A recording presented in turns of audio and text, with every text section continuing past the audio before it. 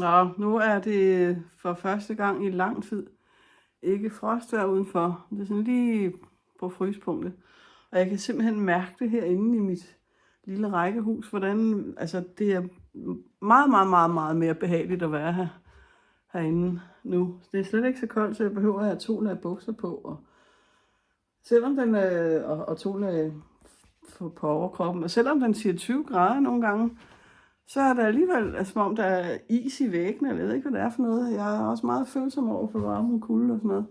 Det må jeg erkende, jeg er. Men nu kan jeg altså godt mærke, at der er sket noget i den positive retning. Ja,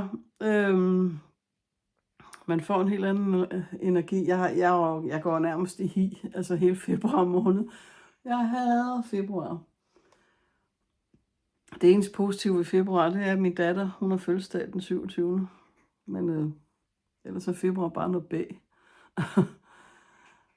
Og så går jeg og venter på, at det her luksusfælden det snart bliver sendt, eller det mindste, at jeg snart får, linket til udsendelsen. Det får jeg en uge før, 8 dage før det bliver sendt. Jeg får det den 3. marts, og det bliver sendt den 10. marts. Og jeg må jo ikke sige, hvad der er sket, før det bliver sendt. Men jeg kan godt fortælle, at jeg har set og hørt, at jeg er blevet omtalt i blandt andet en podcast, hvor ham der Kenneth Hansen, han fortæller, at jeg havde overskrevet, hvis det er mig, han taler om, det er jeg ret sikker på, det er, jeg har overskrevet hans personlige grænse.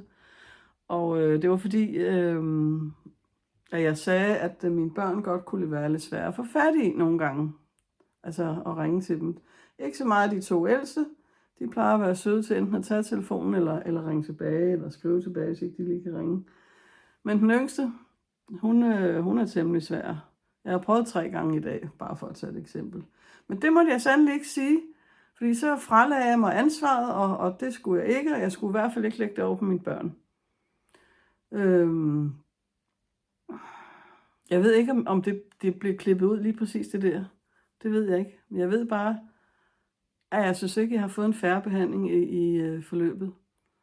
Det synes jeg ikke, jeg har. Det må jeg også gerne sige. Ellers er det bare ærgerligt. Så må jeg lade være med at sende det. Ja, jeg håber snart, jeg får det link.